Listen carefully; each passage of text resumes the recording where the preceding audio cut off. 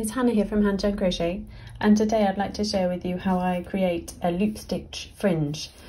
This is a technique that I've used on one of my patterns that I've just released on my blog. It's a blanket shawl, so if you'd like to find that, I'll put the link in the description below. And this is the braiding stitch that you'll use for that blanket shawl. And then in a contrast colour, to hopefully make it easier to see, I'm going to show you how to do this loop stitch fringe technique. So we're going to work along the short edge, the raw edge of your work, so the sides of the rows, but this technique would also work for working into the stitches.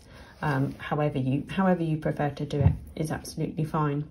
So we're going to begin by joining your yarn to the side of the first row and chaining one, and then you're going to evenly work a single crochet, a US single crochet or a US double crochet across the side of your work, so into the sides of the rows.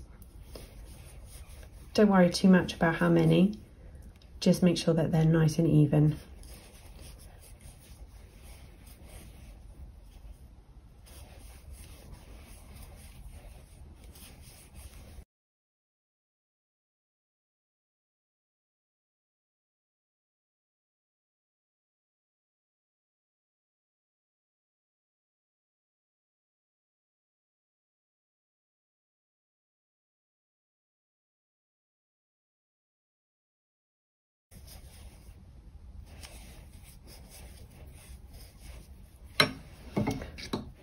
So once you've completed that, you're going to turn your work so that the wrong side is going to now face you.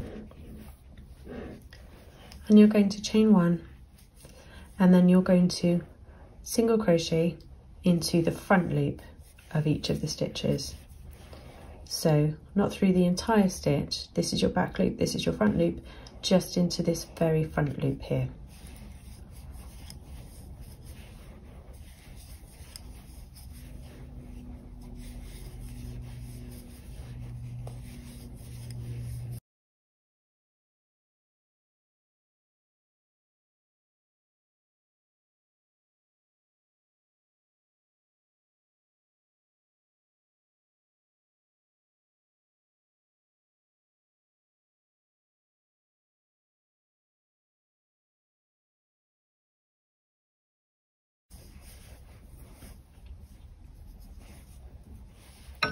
Then when you've completed that row, we turn again to right side facing, and now we can start our loop stitches.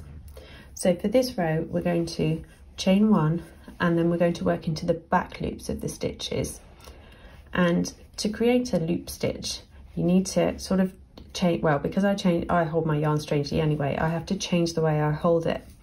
And you're going to insert your hook through your stitch, and then I just extend my index finger with the yarn over it, and this is now going to become your loop.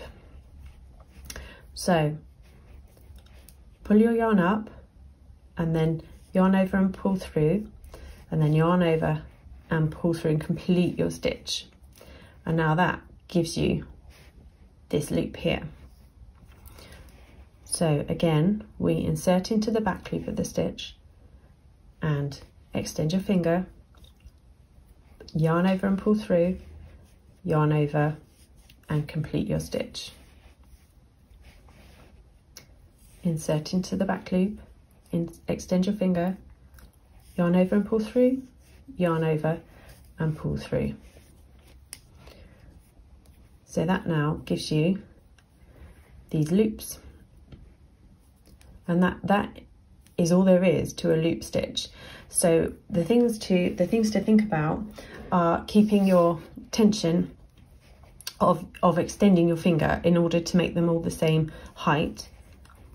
Keep that the same, but actually I quite like it when they're a bit wobbly. Gives it a bit more character.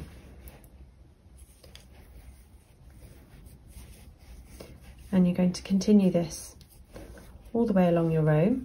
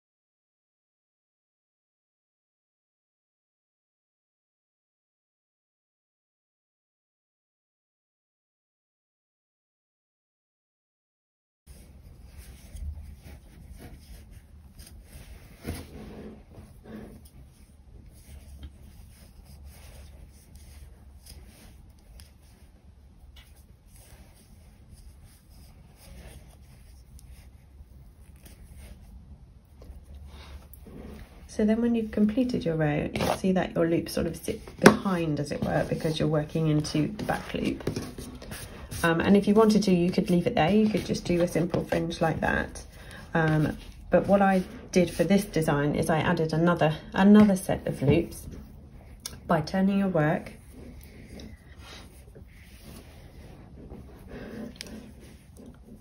chain 1, and now we want to work into the front loops of the second row that we made. So it's going to be these loops here, because these are the loops of the row you've just completed. So we're going to go into here and work the same again, another set of loop stitches in the front loop.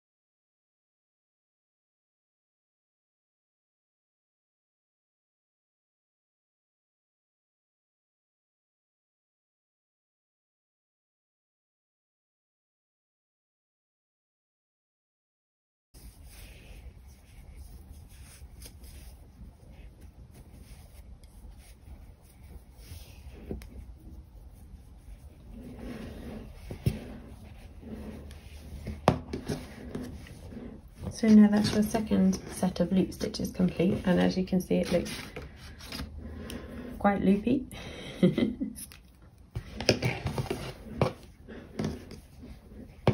So now also you see it from the wrong ends, it creates texture for both sides, fringe for both sides.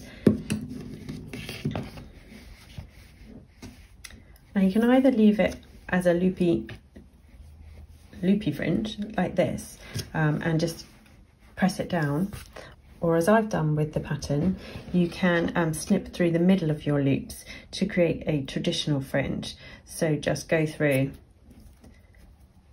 these are a bit curly, so otherwise I'd do them all together, and just snip at the top.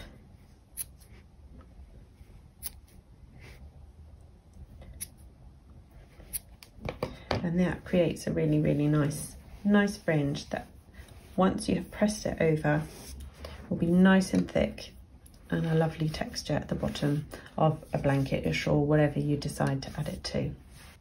I really hope you've enjoyed this little tutorial, and if you want to go and find the pattern for this, then it's free, available on my blog or as a PDF to purchase and download. I'll add the link in the description, and I'll also add the link to all the materials I've used here today in case you'd like to check them out too. If you'd like to subscribe and tap the bell button, that would be amazing, and then you would find out when I release new patterns and tutorials. So see you again soon. Thank you.